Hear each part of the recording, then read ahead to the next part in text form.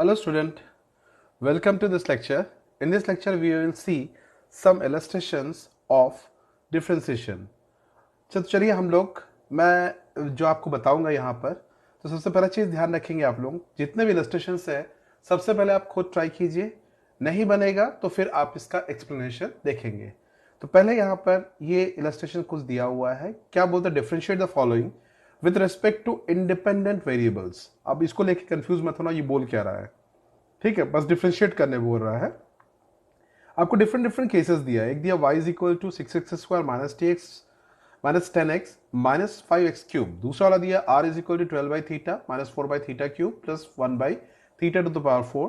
तीसरा दिया है y is equal to ln x plus e to the power x and d is equal to y sin z plus cos z। Okay, अब यहां पर जो independent variable बोला है, तो मतलब यहां पर देखिएगा इंडिपेंडेंट वेरिएबल का मतलब होता है y देखिएगा x के ऊपर डिपेंडेंट है, x y के ऊपर डिपेंडेंट नहीं है, तो इसलिए y जो होता है, y जो होगा वो होगा हम लोग का डिपेंडेंट वेरिएबल, x जो होगा इंडिपेंडेंट वेरिएबल इस वाले केस में। तो आपका क्वेश्चन के अकॉर्डिंग पहले वाले में आपको क्या निकालना है, आपको निकालना है कि y का डिपेंडेंट वेरिएबल के रेस्पेक्टिव मतलब dx निकालना है पहले वाले क्वेश्चन में, ठीक है, तो मतलब dy/dx निकालना है। चलिए डिफरेंशिएट करते हैं। तो आप डिफरेंशिएट में देखिएगा ये एडिशन सब्ट्रैक्शन रूल वाला है। एडिशन सब्ट्रैक्शन रूल में क्या करेंगे, आप सेपरेटली इसको डिफरेंशिएट करेंगे, d/dx ऑफ x का पावर 2 माइनस d/dx, अच्छा 6 है ध्यान रखेंगे, और d/dx of 10x, okay, minus d/dx of 5x cube. अब आप इसको सॉल्व करेंगे तो 6 तो कांस्टेंट है तो कुछ नहीं करना अपने को, और x स्क्वायर का क्या हो जाएगा 2x हो गया, माइनस 10 का बाहर निकाल दोगे, अंदर बचेगा x, तो dx/dx क्या हो जाएगा 1 हो जाएगा। एंड फाइनली यहां पर क्या रहेगा d/dx ऑफ 5x क्यूब। 5 को आप बाहर निकाल दीजिए, x क्यूब का कितना हो जाएगा 3x स्क्वायर। तो हमारे पास इसका जो फाइनल रिजल्ट आता है वो होता है 12x minus 10 minus 15x square. तो ये रहा हमारा इसका पहले वाले का सोल्यूशन। चलिए अब सेकंड वाला देखते हैं, उसको तो कैसे सॉल्व करेंगे। इस वाले क्वेश्चन में आपको निकालना है, क्या देखेंगे, dr/dθ निकालना है, क्योंकि इस वाले क्वेश्चन में r जो है डिपेंडेंट वेरिएबल है, थीटा जो है इंडिपेंडेंट वेरिएबल है, क्योंकि r थीटा पर डिपेंडेंट है, थीटे के डिफरेंट डिफरेंट वैल्यूज के लिए आपको r का वैल्यू मिलता है, इसलिए इसमें जो डिपेंडेंट वेरिएबल है वो r है और इंडिपेंडेंट वेरिएबल्स क्या है, थीटा है, तो मतलब आपको dr/dθ निकालना है। तो चलिए इसमें इसको डिफरेंशिएट करते हैं, तो क्या लिखेंगे, dr/dθ will be equal to, हम लोग लिखेंगे d/dθ ऑफ 12/θ। अब ये जो 12/θ लिखा है इसको आप थीटा का पावर -1 लिख दीजिए, ओके, और उसके बाद क्या लिखेंगे, माइनस d/dθ, ये रहेगा थीटा का पावर 3, 4 तो एज इट इज रहने दीजिए, और थीटा का पावर 3 जो है वो ऊपर जाके क्या बन जाएगा, थीटा का पावर -3। उसके बाद रहेगा अपने पास, इसको डिफरेंशिएट करना है, उसके बाद हमारे पास रहेगा प्लस d/dθ ऑफ थीटा का पावर 4, तो ये ऊपर जाके क्या बन जाएगा, थीटा का पावर -4। बस एक स्टेप, इसको आप सॉल्व कीजिए तो ये हो जाएगा 12, और जो हम लोग का डिफरेंस पावर रूल होता है, क्या लिखते थे हम लोग, n x to the power n-1, तो यहाँ पे थीटा का पावर -1 मतलब थीटा का power -1 n x to the power n-1 वाला फॉर्मूला। और यहां वाले में क्या करेंगे, फिर से लिखेंगे 4, ये हो जाएगा n थीटा का पावर n-1 एंड प्लस फिर से लिखेंगे क्या, n x to the power n-1 that is theta का पावर -4 और एक स्टेप फाइनली, तो क्या हो जाएगा, ये वाला बन जाएगा -12 थीटा का पावर -2, जिसको आप थीटा का पावर 2 डिनोमिनेटर लिख सकते हैं, माइनस माइनस कितना आ जाएगा +12, और थीटा का पावर कितना हो जाएगा -4, जो डिनोमिनेटर में आके क्या हो जाएगा, थीटा का पावर 4 हो जाएगा। एंड फाइनली यहां पर रहेगा -4, ये हो जाएगा थीटा का पावर -5, जो बाद में डिनोमिनेटर में आके बन जाएगा थीटा का पावर 5। तो ये देखिएगा एक सिंपल सा सोल्यूशन है। इस वाले इलस्ट्रेशन में देखेंगे y is equal to ln x plus e का पावर x, दैट मीन्स यहां पर भी जो डिपेंडेंट वेरिएबल है हमारा वो y है और इंडिपेंडेंट वेरिएबल क्या है अपने पास x है। तो मतलब आपको निकालना है, इस वाले क्वेश्चन में भी क्या निकालना है, dy बाई dx निकालना है। ओके तो चलिए अभी देखते हैं हम लोग इसमें dy बाई dx को कैसे निकालेंगे हम लोग यहाँ से। तो इसमें dy बाई dx निकालने के लिए डिफ्रेंशिएट करो तो लिखोगे यहाँ से dy by dx is equal to d by dx of ln x plus d by dx of e to the power x। अब आपको पता है कि ln x का डिफ्रेंसिएशन 1/x होता है स्टैंडर्ड फॉर्म में, और प्लस e का पावर x का e का पावर x ही होता है।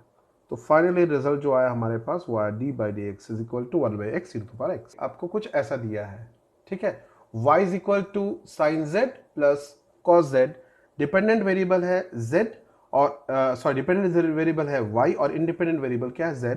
मतलब आपको इसमें निकाले बोला है dy बाई डी जेड। तो चलिए अब dy बाई डी जेड निकालते हैं। तो dy बाई डी जेड निकालने बोला है, तो इसमें लिखेंगे d by D Z of sine z plus D by D Z of cos Z, जिसके कारण ये बन जाएगा साइन जेड का बन जाएगा कॉस जेड डिफ्रेंसिएशन और कॉस जेड का बन जाएगा माइनस साइन जेड। तो देखिए बहुत सिंपल सा हमारा इलस्ट्रेशन था। चलिए कुछ और क्वेश्चन देखिए। इस वाले इलस्ट्रेशन में बोलता है y is equal to e का पावर एक्स टेन एक्स, एक एक्सप्रेशन दिया है। इसमें भी वही बोलता है फाइंड द डिफरेंशिएशन या differentiate the following with respect to dependent variable. तो यहां पर dependent variable independent variable, not dependent variable, independent variable. तो चलिए मतलब इस वाले में इंडिपेंडेंट वेरिएबल्स क्या है x, तो पहले वाले में हमको निकालना है dy बाई डी एक्स निकालना है। तो देखिएगा प्रोडक्ट फॉर्म में दिया है, तो प्रोडक्ट फॉर्म में करेंगे तो क्या करेंगे, first function into differentiation of second, okay, then plus second function into differentiation of first. अब इसका क्या करेंगे हम लोग, e का पावर x, e का पावर x का e का पावर x ही होगा। tan x का डायरेक्ट रिलेशन याद रखेंगे, tan x का जो होता है sec स्क्वायर x होता है, याद रखेंगे, इसको याद रखने का ही है इसमें, ओके। और फिर tan x e का पावर x का क्या हो जाएगा, फिर से e का पावर x ही हो जाएगा। बस इतना ही करना था, ओके। चलिए अब सेकेंड वाले में देखते हैं। b is equal to y is equal to sine x cos x. इस वाले में भी देखिएगा इंडिपेंडेंट वेरिएबल x है और डिपेंडेंट वेरिएबल y है। क्यों, y पर y जो है x पर डिपेंड कर रहा है, मतलब आपको इसमें भी dy बाई डी एक्स निकालना है। तो क्या हो जाएगा देखिएंगे, यहां से फिर से हम लोग वही करेंगे, dy by d x is equal to sine x d by d x of cos x, product rule में है, plus cos x d by d x of sine x. अब अगर आप इसको सॉल्व करते हैं आगे तो ये कुछ ऐसा बन जाएगा, dy बाई डी एक्स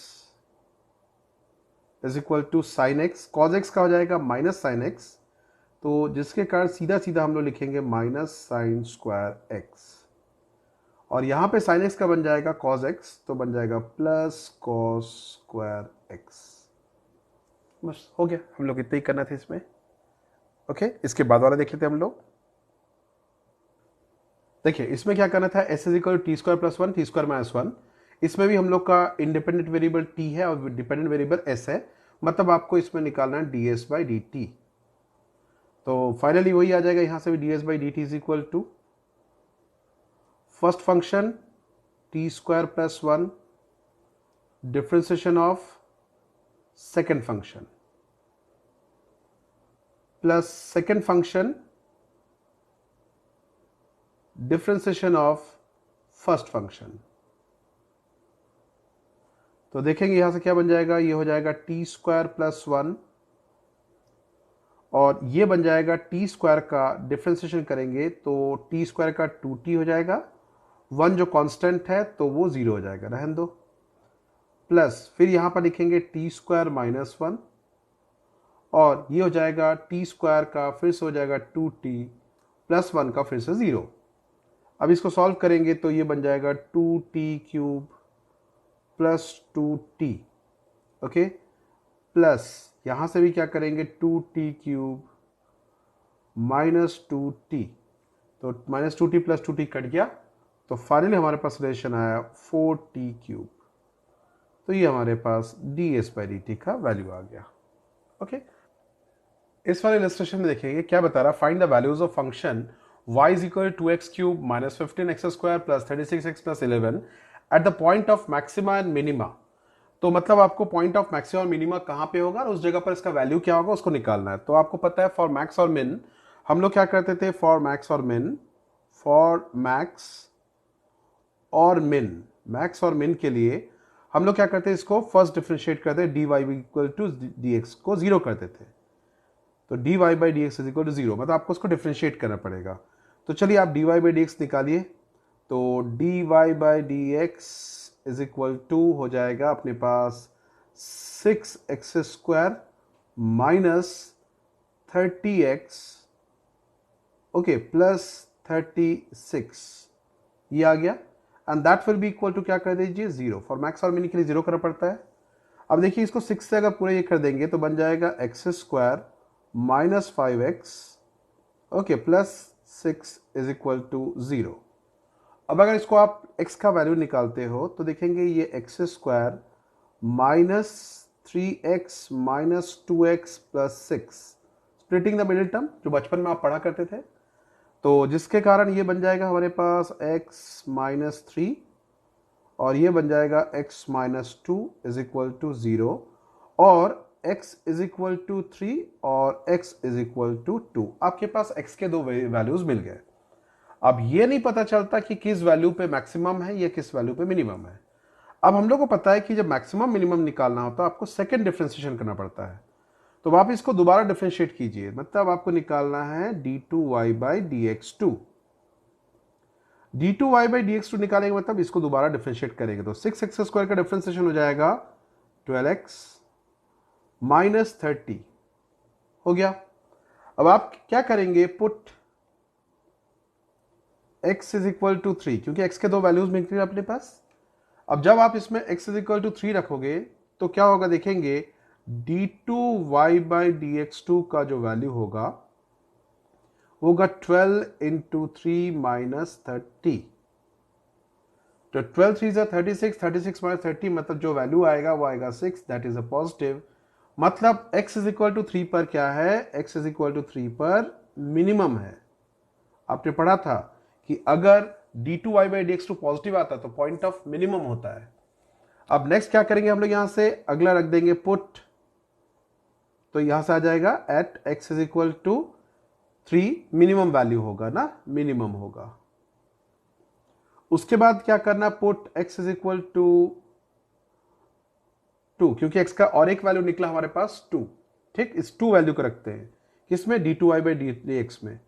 तो d2y बाई dx2 में x इज इक्वल टू 2 रखते हैं तो कितना आ जाएगा 12 इंटू 2 माइनस 30, इसके कारण इसका वैल्यू आ रहा माइनस 6, मतलब negative.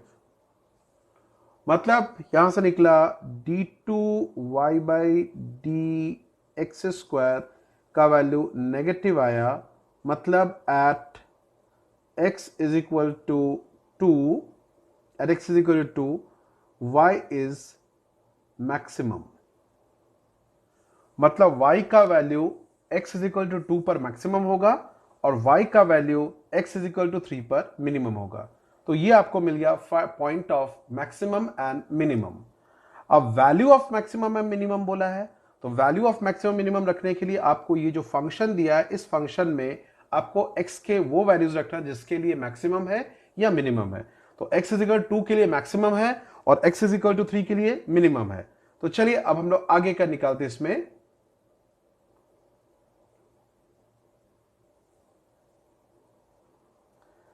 Eight x is equal to 2, तो y का वैल्यू क्या आएगा, मैक्सिमम, और y मैक्स का वैल्यू क्या होगा, इक्वेशन में रख देंगे 2 x का पावर 3 मतलब 2 का पावर 3 माइनस 15 x का पावर 2 मतलब 2 का पावर 2, उसका रहेगा प्लस 36 x मतलब 2 प्लस 11, इसे सॉल्व कीजिए तो 8 आएगा, 8 टू से कितना आ जाएगा 16, माइनस ये कितना हो जाएगा 4 हो जाएगा, 15 माइनस 4 कितना हो जाएगा 60, तो माइनस 60 हो जाएगा, प्लस 36 इंटू 2 72 हो जाएगा, प्लस 11। तो देखेंगे यहाँ से क्या होगा हम लोग के पास 72 और ये हो जाएगा 12, 12 और 16 हो जाएगा 28, 28 और 11 हो जाएगा 39, इसका वैल्यू आ जाएगा 39। ठीक है, तो मेरे ख्याल से बहुत इजीली सॉल्व हो गया, कोई बहुत बड़ा इशू नहीं था। और at x is equal to 2, at x is equal to y का वैल्यू क्या 3, सॉरी वाई का वैल्यू मिनिमम था, तो मिनिमम वैल्यू कितना होगा, तो 2 3 का क्यूब माइनस 15 3 का स्क्वायर प्लस 36 इंटू 3 प्लस 11। तो देखिए कि 3 3 9 9 3 27, 27 2 54, उसके बाद आएगा 3 3 9, 15 9 आ जाएगा -225, ओके सॉरी 15 9 है ना, हाँ 125 135, सॉरी 135, ओके 15 9 है, ओके। उसके बाद आ जाएगा हमारे पास यहाँ पर 36 इंटू 3 आ जाएगा हमारे पास 98, यस 98, ओके 36 इंटू 9 कितना जाएगा, sorry 108, okay, so this will become what 108 plus 11। तो अब इसे सॉल्व कीजिए, जो वैल्यू आएगा वो इसका क्या आएगा, मिनिमम वैल्यू आएगा, ठीक है 38 इसका वैल्यू आ रहा। तो इस फंक्शन का मैक्सिमम वैल्यू कितना आएगा 39, इस फंक्शन का मिनिमम वैल्यू आएगा 38। देखिए ये वाला दिया इंटीग्रेट द फॉलोइंग, 3 क्वेश्चन दिया है, फिर से वही है आपको इंटीग्रेशन करना है। तो चलिए देखते हैं इसको इंटीग्रेट कैसे करते हैं हम लोग। तो पहला वाला बता रहा अपने पास, इसको करते हैं हम लोग, फर्स्ट वाले को करते हैं। फर्स्ट वाले में है इंटीग्रेशन ऑफ x का पावर -3, तो इसको थोड़ा कलाकारी करके दिया, तो इसको आप ऐसा लिख देंगे x प्लस 1 बाई एक्स का पावर 3, ये हो जाएगा dx। अब इसको आप इंटीग्रेट कर सकते हैं, कैसे इंटीग्रेट करेंगे, सेपरेट कर दीजिए, तो इसको मेरे ख्याल से आप ऐसे लिख सकते हैं x बाई एक्स का पावर 3 प्लस 1 बाई एक्स का पावर 3, इसका इंटीग्रेशन dx, जिसे आप लिख सकते हो इंटीग्रेशन ऑफ एक्स एक्स कटेगा तो dx बाई एक्स स्क्वायर, और ये बन जाएगा हमारे पास यहाँ पर नेक्स्ट केस में बन जाएगा plus integration dx by x का पावर 3। अब आगे आप चाहो तो इसको लिख सकते हो x का स्क्वायर को ऊपर ले जाओ, तो ये बन जाएगा इंटीग्रेशन ऑफ x का power -2 dx plus integration x का पावर -3 dx। अब आप यहाँ पर पावर रूल लगाइए इंटीग्रेशन का, तो देखिएगा x का पावर -2, तो इसका इंटीग्रेशन हो जाएगा x का पावर -2 प्लस 1, मतलब x का पावर -1, या मैं लिख देता हूँ -2 प्लस 1 अपॉन -2 प्लस 1।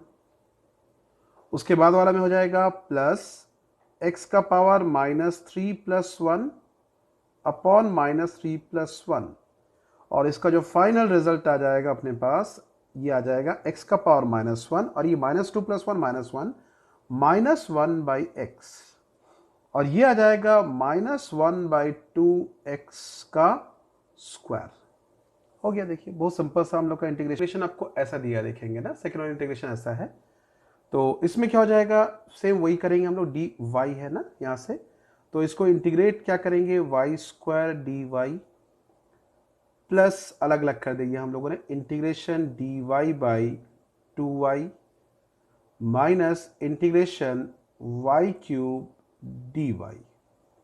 अब बस पावर रूल लगा दीजिए, तो पावर रूल लगाएंगे तो वाई स्क्वायर का क्या हो जाएगा, वाई का power 2 plus 1 by 2 plus 1, plus इसका हो जाएगा 1 बाई 2, और वाई का पावर -1 हो जाएगा ऊपर जाके, जिसको आप लिखेंगे वाई का power -1 upon sorry plus 1, sorry ये वाला कुछ अपना ऐसा बन जाएगा, ये बन जाएगा 1 बाई 2, ये हो जाएगा ln y, okay. And finally हमारे पास आ जाएगा ये वाला वाई क्यूब का हो जाएगा वाई का पावर 3 प्लस 1 बाई 3 प्लस 1, जिसके कारण ये बन जाएगा वाई का power 3 by 3 minus 1 by 2 ln y, ठीक है। सॉरी माइनस नहीं प्लस है, एंड माइनस वाई का power 4/4।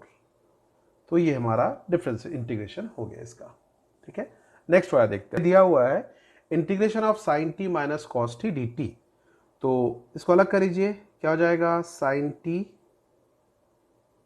D t minus integration of cos t d t. Sine t का इंटीग्रेशन हो जाएगा minus cos t, and cos t का जो डिफ्रेंसिएशन हो जाएगा minus minus plus sine t. बस अलग से कुछ नहीं करना है। और ध्यान रखना हम लोग इसको बहुत जनरल फॉर्म इस प्रॉब्लम को सॉल्व किए। सारे इंटीग्रेशन में आपको क्योंकि इनडेफिनिट है तो प्लस सी लिखना चाहिए था हम लोग को। तो अभी फिलहाल हम लोग उस सी पर बहुत ज़्यादा फोकस नहीं कर रहे। आप चाहो तो इसको एज इट इज ऐसा बना सकते हो। ठीक है, तो चलिए मैं आप लोगों को इसके साथ कुछ होमवर्क दे देता हूं जिसको आप बनाएंगे। इसके बाद हम लोग ये बेसिक मैथ्स इसका खत्म हो जाएगा, फिर हम लोग कुछ नई चीजें पढ़ेंगे इसमें। ठीक है,